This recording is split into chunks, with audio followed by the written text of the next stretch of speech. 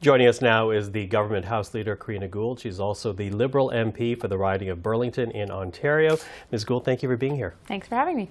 Listen, I appreciate you coming into the studio here to talk about the government agenda, but you know, I need to ask about India because obviously it's taking a lot of headlines right now.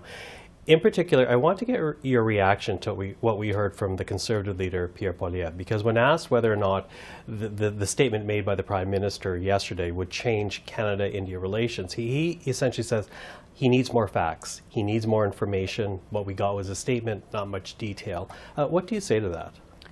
Well, look, I mean, at this point, I think the Prime Minister has said what the Prime Minister is able to say. I mean, this is a very serious allegation, that has been made, and I think we need to take it very seriously. I'm not sure how much more information can be shared at this point, but what I think Canadians need to know is that this is something that the government is aware of. The Prime Minister has spoken with his counterpart in India, and some pretty serious responses have been taken. Now, of course, the beginning of the year, your government was very busy. You not the House Leader at the time, but still very busy signing deals with the provinces on childcare, on healthcare.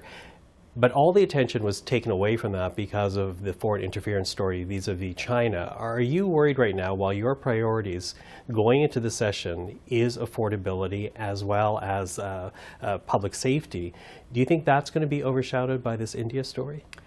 Well, this is a big story, but I think for Canadians, for many Canadian communities, particularly diaspora communities, this is something that is hitting very close to home for them, and in some respects, it's a recognition of maybe things that they've been going through for a long time, and so certainly I think that the most important thing to do right now is to appeal for calm and to reassure Canadians that the government is on top of this. But when it comes to our government's agenda, I mean, we still remain very focused, particularly within the House of Commons, on advancing affordability measures that are going to help Canadians with the high cost of living, as well as when it comes to public safety. And I would say that foreign interference is certainly a very serious topic. When I was talking to Canadians, outside of Ottawa, affordability was top of mind. And so even though that's something that we absolutely must and are responding to, what Canadians are most worried about right now is the high cost of living, making sure they can pay their mortgage, making sure they can pay their rent, making sure they can feed their families with the high cost of groceries. Mm-hmm. It's interesting because, as I said, that's the agenda that you've clearly stated. But, out of the gate, we heard again from Pierre Poilievre and accused your government of essentially plagiarizing his message that he's been on all summer. What do you say to that? Are the Liberals late to the game when it comes to affordability? Well, this is so typical of Mr. Poilievre, right? Like, he's off in the corner having a temper tantrum because we're doing good work. But, if we're, pointing the facts on the table, I mean, since we've been elected in 2015, we've been focused on housing and affordability. I mean, we have the best record on poverty reduction of almost any government in Canadian history. I mean, close to 400,000 children lifted out of poverty, 2.7 million Canadians. We launched the first ever national housing strategy in 2017, have built and refurbished, up to 500,000 units, found homes for 2 million Canadians. This is something that we've been on the whole time. I would say Mr. Poilievre is quite late to the game. When he was minister responsible for poverty reduction, he had a higher unemployment rate and lower wages and stagnation on poverty levels, right? So, I'm glad to see that all of a sudden he cares about the well-being of Canadians, although I'm not sure how honest that is. Well, except that when you talk about housing, and I appreciate the fact that your government, since 2015, has been talking about housing since the very moment it was elected into government. But we're also looking at a situation where housing is essentially double the cost of what it was. And for the vast majority of Canadians, it becomes harder and harder to buy a house. And for those who have a mortgage, harder and harder to pay for that mortgage. What do you say to that? Well, I mean, look, we understand that that's a challenge right now. And I mean, that's part of the reason why last week in London, the Prime Minister made the announcement with regards to eliminating the GST on rental apartment buildings for new builds. That's in addition to the work that we've done with, for example, the Rapid Housing Initiative or the Rental Construction Infrastructure Fund, you know, that have been fully subscribed and allocated. So we recognize this is a challenge. It's been a challenge. We continue to put new measures in place, and I think Minister Fraser, who's the Minister for Housing, will have more to say in the coming weeks about how we can address this.